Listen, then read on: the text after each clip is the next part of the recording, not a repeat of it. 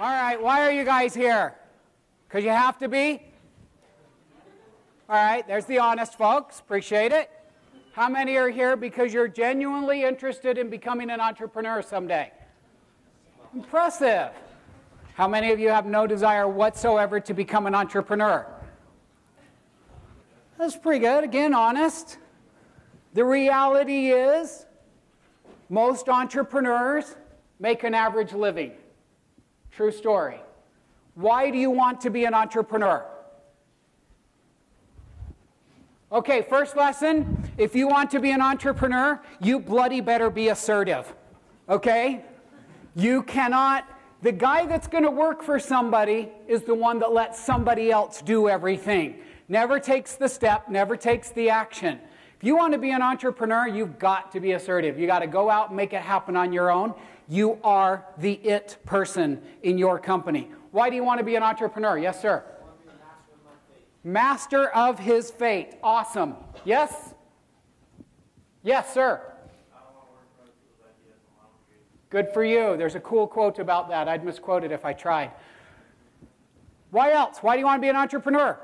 Time freedom. Freedom. Time freedom. Freedom. Okay, good. Any other reasons? Create something that changes the world. Create something that changes the world. I like it. Others? Nobody wants to be rich? Sure. I don't want a cap on my income. Good. Don't want a cap on your income. Back there. Yes, sir. Okay. I came to BYU. My goal was this. I went on my mission. I came back, and I said, I'm going to go through business school. I'm going to meet my wife in the MBA program. She's going to be rich. She's going to have a good job. I'm going to get a good job. I'm going to be rich. We're going to be 2 times rich. Those were my goals. I met her 2 weeks after I got home from my mission. We dropped out of school 4 months later to get married and started our window company. Never made it back to school. So, oh well. Now, I'm not advocating dropping out of school, okay? You go to school to get a job, right? I never finished school, still haven't. But here's the reality of it.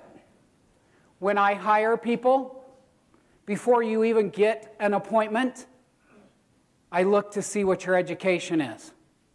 I do judge you by your education. After you've had your first few jobs, what matters? Work experience. Education becomes irrelevant. Really important note. I never ask what your GPA is. I have 2 daughters in high school right now. GPA is everything. Post-college, college GPA, I just look to see that you graduated, what you graduated in. Just an FYI for you, not where I was intending to go. I always go where I'm not intending to go, so get used to it. We'll go off on lots of tangents today. Okay, so for those of you who are here because you have to get a couple of points or something like that, don't worry, I won't bore you. You won't get in a good nap. I'll make it interesting. My first business, Chase, you're a little off, 8 years old. I started a lawn mowing business like many people do. I was a newspaper carrier, a bunch of stuff like that.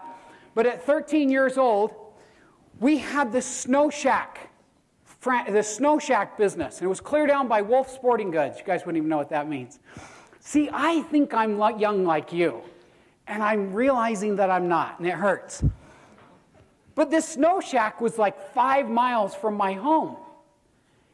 And we wanted one much closer. So my brother and I went down to Carl, the owner of Snow Shack, and we said, we want to buy one of those buildings from you. We want to make snow cones closer to our house. I was 13 years old. And he looked at me and my brother like, you guys are crazy.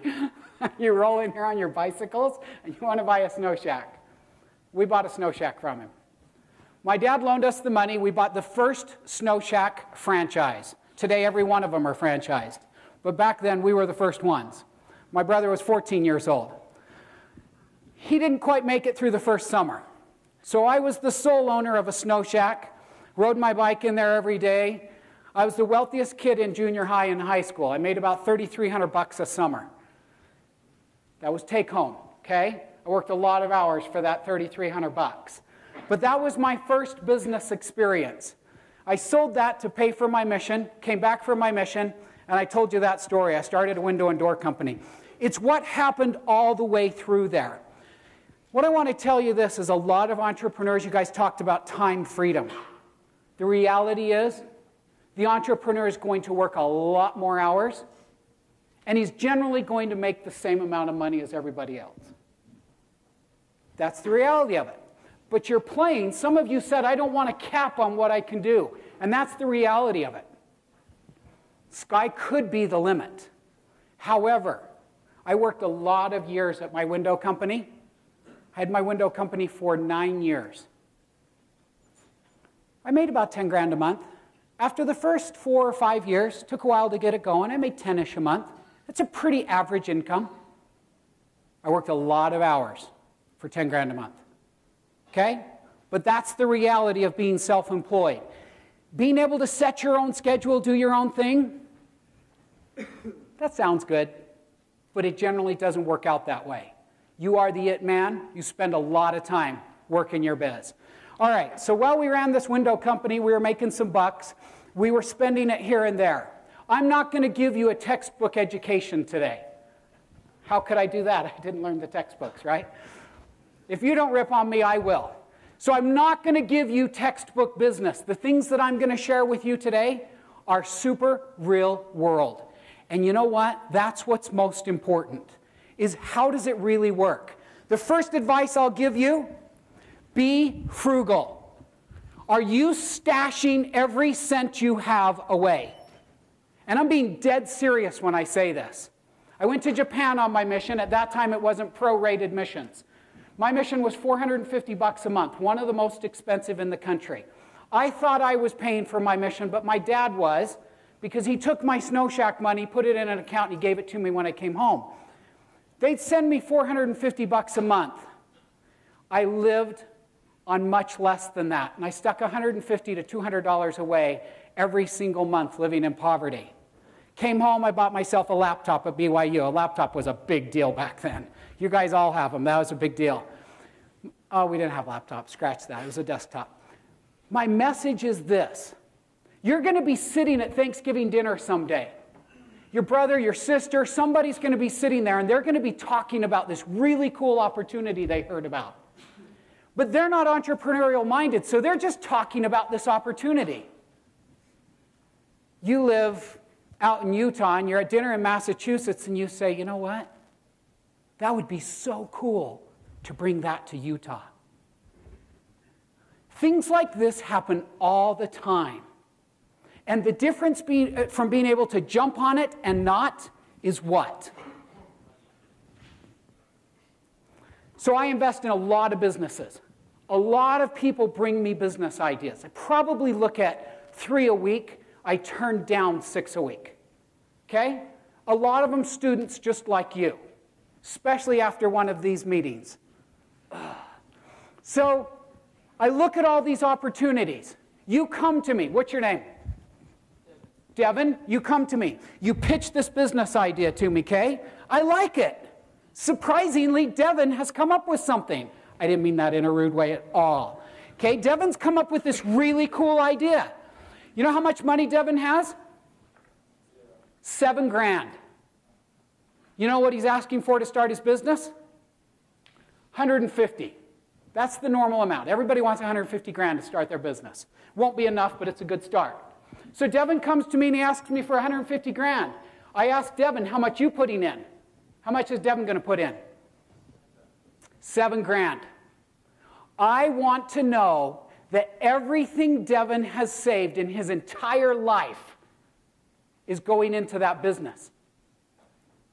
7 grand to Devin, that's his cash pot.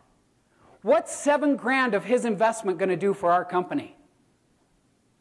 He's going to bust his, I'm a BYU, he's going to bust his fanny for our business, isn't he? You know what happens here that doesn't happen anywhere else? A prayer to start a meeting. I speak at universities all over the place. You never start a prayer, you never start with an LDS Business College, the one exception. And let me tell you, that's something really cool. This is a great institution, and that makes it very, very unique. But that's what I was looking for from Devin. I need to see that he's willing to put everything on the line. Am I satisfied with $7,000? You betcha. He's a student. If he's 35 years old and he's got $7,000, what the blank has happened with the past 15 years of your life, dude? Where's your money? Okay? Frugality is critical. I want to know that you've been frugal in your life, and I need to know that that's how Devin's going to run our business, is really frugally. Okay? This is what happens. Investors put money into people's businesses, and it disappears just like that. As soon as you get 150 grand, you know what your first reaction is? Bloody go spend it. I gave a guy, it's for this company right here. I gave a guy just $100,000 a little over a year ago for this company. Still got over $50,000 in our bank account. We have yet to sell anything. That's frugality. He didn't run out and spend all of the money on marketing and product and come running back for more. We paid a little more for our initial shipment. We could have bought larger quantities and spent less, would have improved the bottom line. We'd be sitting on a whole bunch of product that does have a shelf life to it. Guys, when somebody hands you capital, expect the worst. Be really, really frugal with that capital. It won't be enough. You will need more. And the second tranche, it's really hard to get, and it's really expensive. Somebody just came to me for a second tranche here, 6 weeks ago. I turned them down. I hadn't seen any performance in the past year to warrant putting in a second tranche. So you better use that money to give me a reason to put more money into your business. Okay? All right. So Snow Shack turned into Window Company. Window Company turned into Weight Loss Company. I was sitting at Thanksgiving dinner one day, and somebody said, gosh, have you heard about this Metabolife thing? People are buying these Metabolife pills like crazy. You guys have probably never heard of it. You were all 8 and 9 years old when Metabolife came out. Metabolife was this little pill with a Chinese herb in it. By the way, the secret to weight loss is aspirin and caffeine. Aspirin and caffeine combined increase your metabolism. Whatever you mask that with, tea tree oil or whatever other potion, that's what they do. But that's the secret, okay? It increases your metabolism. Well, our caffeine came from a Chinese herb called mawang. This was Metabolife. I was sitting at Thanksgiving dinner, and somebody started talking about these outrageous numbers of selling this bottle of pills. And I thought, really? The next morning, my buddy that started this company went out. I hired him. Well, he was working for me. I said, I want you to sit on the phone. I want you to call every mall in this country. And I want you to ask them if they have a Metabolife card. He proceeded to call every single mall in the country. We found 17 that didn't have a Metabolife card. We put a lease on every one of them. We put Metabolife in there. That business generated so many millions and millions of dollars. And then one day, somebody died. They blamed it on Metabolife, and it disappeared just like that. But until that time, we made an absolute fortune. And you want to know why? Because I was sitting at Thanksgiving dinner. My antennas are always up. I'm always looking for something. Those of you that want to be entrepreneurs, is your antenna always up? I went on my mission to Japan. I went to Japan, and the whole time I was there, I was looking for something in Japan that would be such a great thing to bring back to America. What there is not here that would be so cool? Anybody go on their mission to Japan? Nothing, huh? Nothing. Sushi. It's already here. It's the only good thing I found. Nothing against the Japanese. It was a cool place, but no, I didn't find anything. So it's those opportunities, they present themselves, and I had cash in the bank, okay? Because I'm an extreme saver. I have 2 brothers. They build huge homes. They drive nice cars. They're flashy. They live in nice neighborhoods. And their income goes like this. It's crash, it's boom. It's crash, it's boom. You know what? If you always keep cash around, you'll be able to capitalize on opportunities. That's perhaps the biggest thing I'll teach you today. You got cash? You got savings? It's a big question to ask yourself right now. Stock any and everything you can.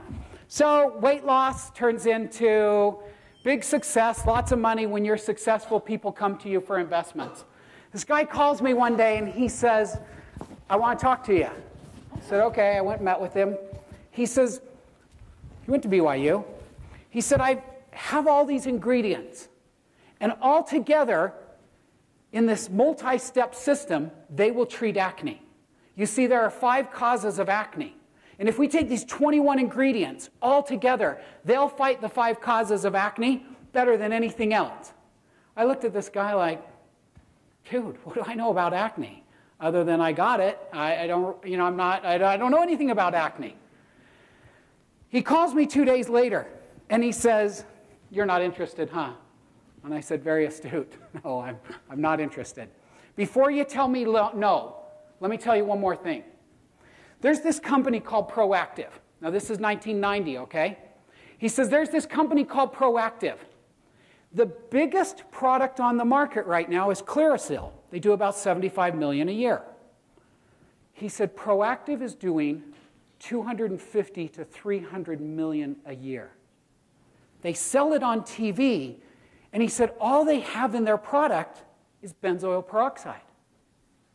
He said benzoyl peroxide has been banned in the UK. It's been banned in Japan. And they're doing how much? Well, 10% of $350 million would be 35 mil. That's pretty good. All right, let's talk. We launched a product called Luciderm. I know you think that says Dermafina. There was a little company out there named Pfizer, spelled with a P. And they sued me because they thought Luciderm was too close to their Lubriderm.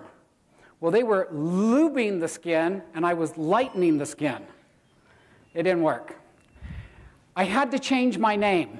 Well, I didn't have the money to change my name. That was a very costly change. So in our warehouse one night, for 3 nights in a row, we worked through the night, kids and everybody, putting stickers over the top of our package. Because that's what you do when Pfizer sues you, and you can't afford to buy all new product, okay? We launched that company. Took a little while to get going. We picked Denver as our starting point. Actually, we put it on carts in malls. I'll tell you about that in a moment. We went to Denver. We did all of the stores in Colorado. That was a success. Then we got Indiana, Wisconsin, and Illinois. That was a success. We got Walgreens nationwide, and from there we picked up Target, CVS, Rite Aid, on and on. Giant success. Sold it to who? Proactive.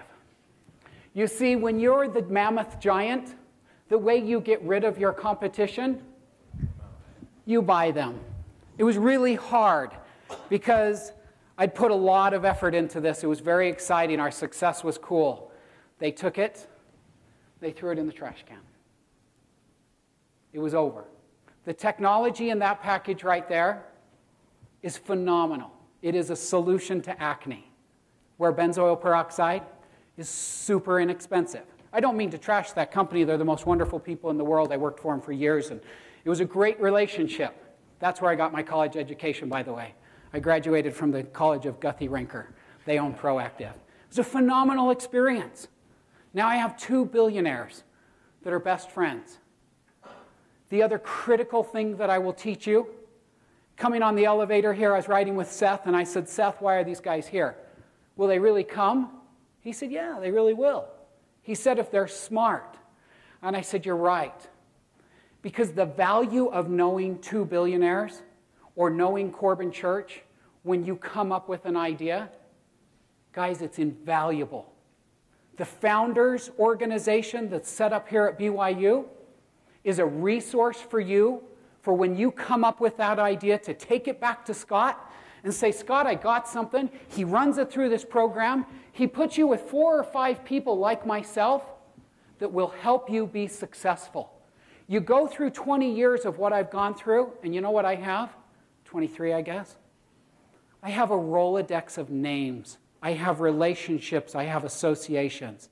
You want to know what the difference between success and mega success is? Those relationships. It's a big deal. You can't discount it at all. Those relationships are make or break in life. They will open doors.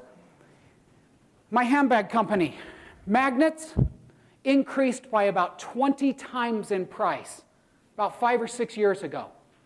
China realized that they had a monopoly on the mineral that magnets are made from. There were 14 or 13 essential minerals that China has all the deposits on nobody else had. So what do? They jack up the price 1,000% on all these minerals. Everybody that was buying those particular items went crazy. My handbags were made with magnets. That sounds a little weird. I'll show you in a minute. My price went out of control. I called John Huntsman Jr. through John Sr. And I said, I got a problem. At that time, he was the ambassador to China. I said, they're doing this. It's not a shortage of the product, of the raw. And you know what? I had all the magnets I needed within 7 days at a reasonable price. It's just an illustration of how important those things are. If you're a small businessman and a magnet is critical to your product, here's why a magnet's critical to my product. I'm sorry to let the cat out of the bag early. This is one great success story. Young lady in West Valley City, she spills on her handbag one day. She's a dental hygienist. Her name's Michelle. Spills on her handbag. She ruins it, okay? She goes home. She's poor, okay? She's very young. She's in her early 20s. She says, look, there's nothing wrong with the inside of my bag. It's the outside that got ruined. So she cuts the exterior of her bag off, okay? She sews a new one together. She fastens snaps across the top of the bag. And she fastens a new exterior to her bag. Well, today we use magnets, and that's where the magnet story was going, because it's magnets instead of snaps that hold it together. But you want to know what? She took that idea. So, men, you don't get it. And it's totally cool, okay?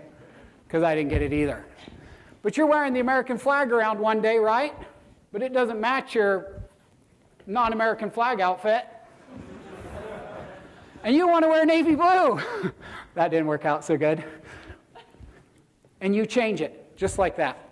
In 4 seconds, I go from navy blue to American flag, and all of my junk stuff, excuse me, ladies, and all of my stuff stayed right inside my bag. Problem, solution. Women like to look nice. They like to accessorize. They like to coordinate their outfit. But the reality is, it's a pain in the neck to take all their stuff out of their bag, scoop it up, put it in a new bag, just to make it match their outfit. So they tend to get with a bag and stick with it for a while, except for they have a closet shelf full of bags. True story, women? It's a true story. May not be for you, but it's a true story for the mass majority of women. Okay? Problem, solution, solved by Michelle. By accident. Michelle goes to her hairdresser. She's there. She says, yeah, look what happened. Tells her the story. Hairdresser happens to be a childhood friend of mine's sister-in-law. Chris calls me one day and he says, Corbin, you got to see this. I say, Chris, what is it? Now, you guys, when I'm talking to you, I'm talking about consumer goods, okay? I'm a consumer goods guy. Chris calls me and he says, I got something for you to see. You call me, it's only going to be about consumer goods, because I don't know anything about technology, I don't know anything about mining or anything else. I'm going to be looking for 3 things. Consumer goods. Number 1, who you marketing it to. I look for a product marketed to women between the ages of 18 and 65 years old. Nobody else. I don't care about babies, I don't care about children, and I don't care about men. Okay? Cold-hearted, huh? Well, the reality is, spends all the money. Women, if I were to ask your mother, do you buy for the household? What would she say? Yes. Yeah. If I were to say to your mother, do you buy for yourself, meaning her? She'd say, yeah. Do you buy for your husband? Embarrassingly, yes. And do you buy for the children? Yes. It's true in most circumstances. I'm not being sexist. I'm saying most of the time, she spends the money. True story, I'm driving to the airport 6 months ago. I turn to my wife. She's driving me. I have no money in my wallet. I turn to her and say, honey, I don't have any cash. You have any cash? She hands me $7.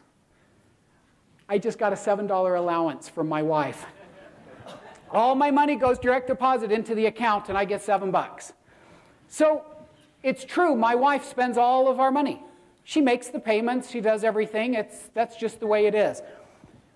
I also can market to women. There are so many more statistics on where women watch TV, where they spend their time, where they shop. Men, it's too erratic. And we're not spenders. It doesn't mean that we're frugal. We just don't spend money. Now, I'm talking about later, when mom's at home and some of that little bit sexist stuff. Okay, I totally respect females. I'm not going along sexist lines here, but the reality of this is true. Women are easier to market to. Bring me a golf club, a driver that's going to hit the ball 30 yards farther than any invented. I'm not interested. Men are too hard to sell to. Number one, women 18 to 65 years old, or I won't even talk to you. Number two, it has to have continuity aspect to it. When I started doing weight loss, I learned this. This isn't Metabolife, this is my other product, total failure. People would come to my cart in the mall month after month. They would line up from my cart to buy a $50 bottle of weight loss pills. All the carts next to us are just like, what are you doing? You've got one SKU. And we had a line of people buying our product. Millions of dollars. My point, continuity. I don't want to sell you something and not see you again. I want to sell you something that you come back month after month after month to buy. Proactive, ended up working for him for 4.5 years. My contract was 2, I stayed 2.5 extra. It was such a phenomenal experience. A lot of those products were created for that company. Proactive's average customer, the lifetime of an average proactive customer, while I was there, 4.6 years. You buy your first one off TV, maybe from the mail-in card, you spend $39.95, and then every single month we ding your credit card for $39.95 for an average of 4.6 years. You will never see a business model like that again. That is nice income. Okay? So my acne product, my anti-aging product, handbags. Why would I get into handbags? What's the continuity in a handbag? I introduced 2 new exteriors in every size bag we have every single month. Now, I've retired from this company, so that's irrelevant. But when I was running it, 2 new exteriors would come out every month. They generally sold out within 5 days. That's continuity. I had women across the world collecting every one that came out. Bada boom. That's continuity, okay? Continuity is huge. You don't want to sell somebody and never see them again. Number 3, it has to be totally unique. You cannot bring me something that is so similar to something that's already out there. I'm not interested, okay? It's got to be totally unique. You bring me a tire and whatever it does to water, shoots it, disperses it better than the other tire. Why is that a stupid idea? Are we allowed to use stupid? I'm not allowed in my home, so when I get out here, I feel like I can use stupid. Why is it a stupid idea? Yeah, what else? That's a great idea for Goodyear, because Goodyear has to compete with Michelin.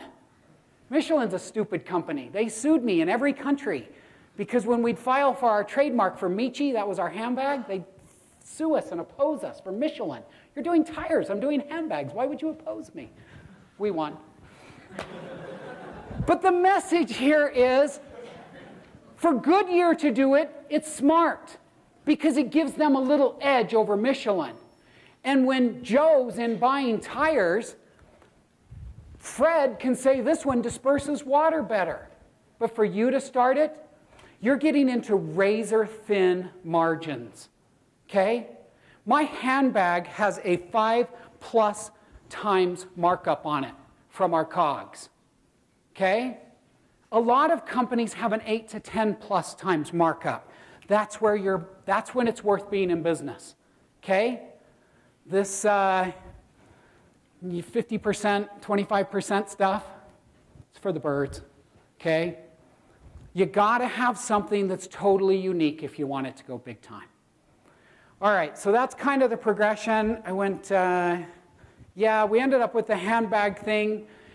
My buddy called me, and he said, Corbin, I got this product to show you. And I said, Chris, what is it? He said, it's a handbag. And I said, are you kidding me? That's a really, really bad idea, Chris. He said, let's just go to lunch. You got to check it out. Okay, let's go to lunch. He's sincerely my best friend. I love him. He says, check it out. I told you it was unique. I'd never looked at a handbag before in my life. Okay, I know my mom carries one. Who cares? He said, tells me all this problem about women, how they like everything to match. Tells me how they switch their bags all the time. And as soon as he showed me that, he went from 1 point to a very solid 3. Because women 18 to 65, right? Continuity, right? Off the friggin' charts, continuity, okay? And number 3, is that unique? When I left, 32 patents protecting it. Design patents, utility patents, you name it. That company sold for well into the 9 figures. Okay? It's for 3.5 years old. Okay? That's what it's all about. That's why, women, continuity, totally unique. That's where you cash in. And at the end of the day, that's what you want to do. All right. Are we out of time? No, we're still good. I have ADHD, can you tell?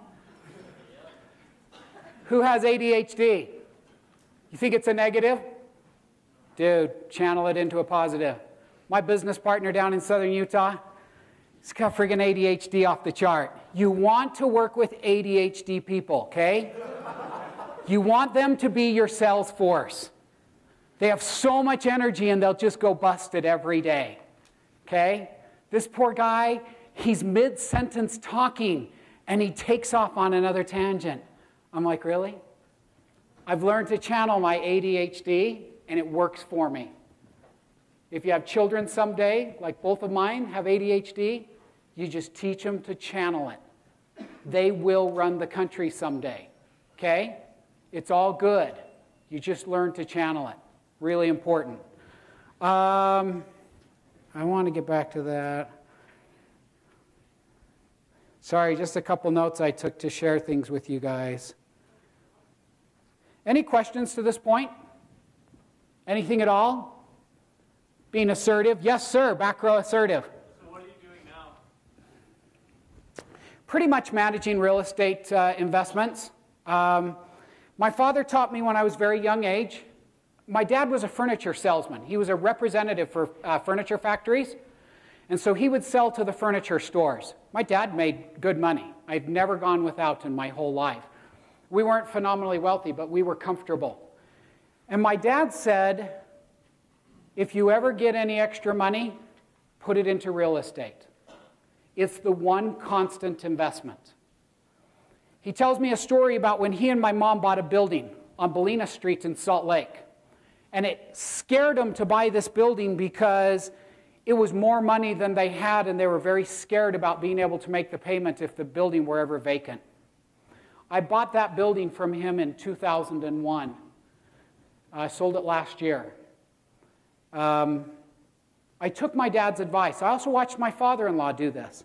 My father-in-law, like my father's income, was going like this. Always ups and downs. And he had these rental properties. And when his business was like this, he lived off his rental properties. Same was true for my father. Same true for your family? No?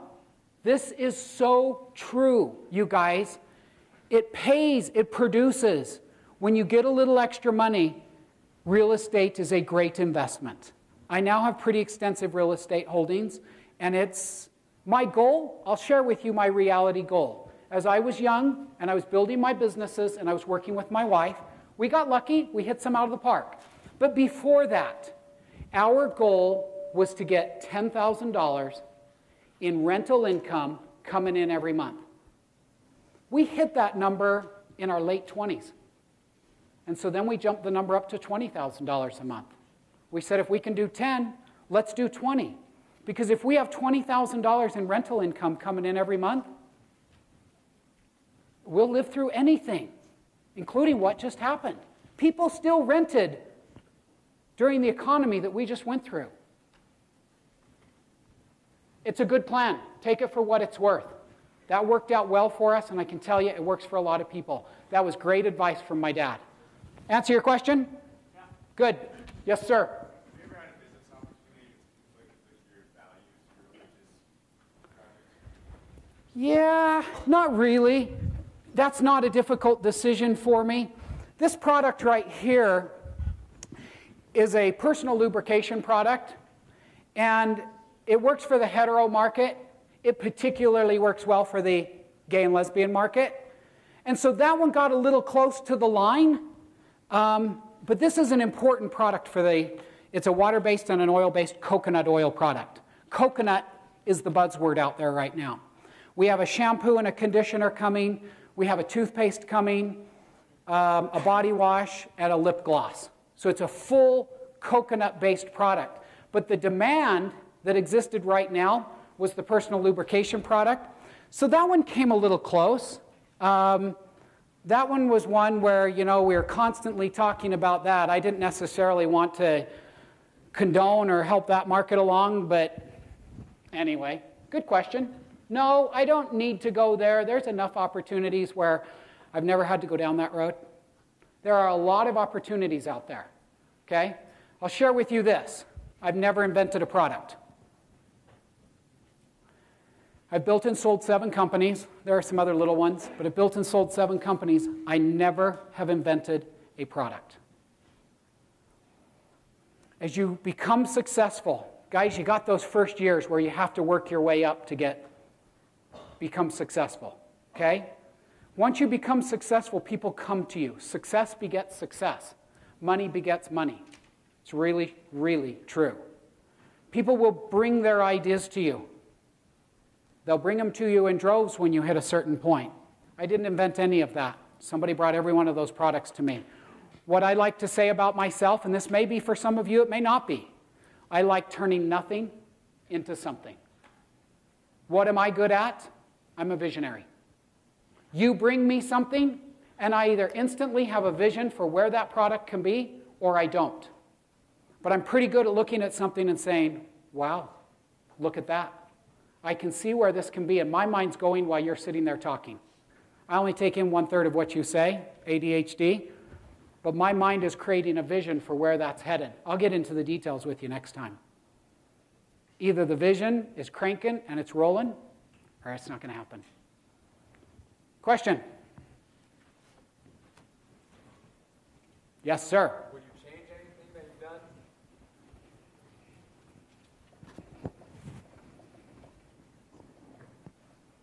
Wow, Chase, that's a stumper. I like to never be stumped. Would I change anything that I've done? No. No, I had a goal to be a millionaire by the time I was 40 years old. I reached it when I was 30. I'm sorry, that sounds very money-centric. And that's not what I'm about. I'm going to close on something different today that might surprise you, but no. I changed. I've always been money-centric. I have no problem with that. But what happens with that money changed after a while, and I'll share. Questions? Fine, I'll share right now. When you, Devin, my pick-on person. Go ahead.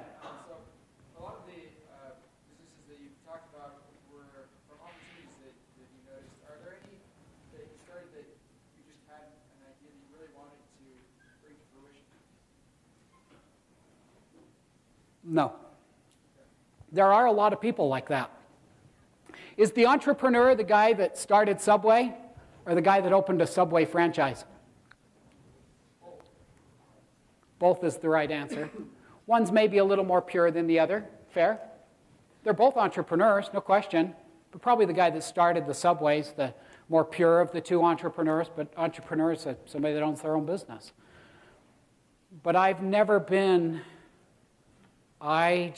somebody else generally comes up with the idea in my circumstance. Yes. All right, so going along, I was building wealth for myself. I was building a real estate portfolio, just trying to find a way to live a comfortable life and be sure that my family's needs were taken care of. Because when you're an entrepreneur, you better have pretty serious tolerance for risk, okay? One of my very first partners in 1995 came in and joined my window company, and I loved it because he'd go around everywhere bragging that he was an entrepreneur. It was chuckleable. It made me laugh every time I heard that, because he quit about a year and a half later. And he quit because there was no stable check. In March, no check. In April, quarter of a check. In May, 3 times check. In June, a check. You get my picture? That's the life of an entrepreneur sometimes. He and his wife could not handle the inconsistency and the stress that that brought. He quit. I've never had a stable check in my life. I've also never had anybody sign a check for me in my life. I've never had a job. I've always worked for myself. I'm proud to say that. I like that, but neither here nor there. All right, so as I got going along, and it started to grow, and it started to become something cool, I had the opportunity to give back. We took one of these shells with our handbag company, and we said, all right, every time you sell this one, and it was a hope shell, we called it. Every time one of our 17,000 sales representatives sold one of these, we said, we'll donate $5 to cancer research. $5 was my profit. My COGS on that was about $250. Sold it for about, on that particular shell, $7.50, $8. Okay? So that one didn't quite have 5X on it. We said, we'll donate $5 to cancer research every time you sell one of those. We figured we'll give cancer research 10, 20, 30, 40, 50 grand. That was in January of 2010. In January of 2011, we presented the Huntsman Cancer Institute with a check for $704,500. Wow. Let me teach you something really important today. It's called cause marketing. Okay? Your generation loves companies that give back. So does my generation, quite frankly. Companies that show that they have heart are desirable companies. Let me please urge you, don't do something like that for selfish purposes to grow your company. I lost my dad to pancreatic cancer the month that I started this company. Cancer was a soft spot for me, is still. Well, we started that. I did it in memory of my dad. To date, that company has donated millions and millions of dollars to cancer research. And I will tell you this. I don't have a number that I can say this company grew by this percentage. But I can tell you that aside from the concept alone, nothing grew that company faster or greater than that particular cause that we rallied around. It was gigantic. Okay? Be sincere when you do it, but give back. When you're done, you come back here. Come back here and be a part of this program. My belief is that if I can work with a half a dozen of you, open my Rolodex to you, and help you be successful by putting you in touch with the right people. You get a consumer goods product, you need to know the buyer at CVS, Walgreens, Costco, Walmart. I've got all their phone numbers. Those phone numbers and those names are so hard to get. To have a relationship with those people, so difficult. If you have somebody in a network of people, and that's what this is so great about this institution, guys, you come up with that idea, you don't have to work your way through blood, sweat, and tears to find those buyers. I was taken advantage of like you can't believe. It was really, really difficult to get to those buyers. For you, you call Scott, Scott calls me, you've got the buyer's email address.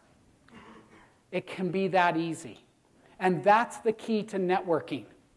You just cannot underestimate the value of networking. Got to have a great idea. It's got to go through the system. It's got to be vetted. But if it gets through that, we'll help you be successful. And so my point in giving back is once you become successful, you got to come back here and you got to help the students. It perpetuates the whole vision of what we're talking about. You get what I'm saying? It's not just creating wealth and making people successful. It's the gospel. The more success that takes place here, the faith grows. The church grows. And ultimately, folks, that's our mission. Okay? So I started out as a young man focused on money. I got a GMC sitting out front. There's no Maserati out there. I wouldn't do it. I live in the same home I lived in 1999. I'm very happy where I am and what I'm doing because it feels a lot better to do great things than to drive a Maserati. Might be cool. I wouldn't know. Okay? Questions? Fire away. That clock is so wrong, right? Yeah. It's like that thing's not moving. You guys are going to be here a long time. It looks like we're overtime. Some of you are leaving. Hey, I'm happy to stay and answer questions for you.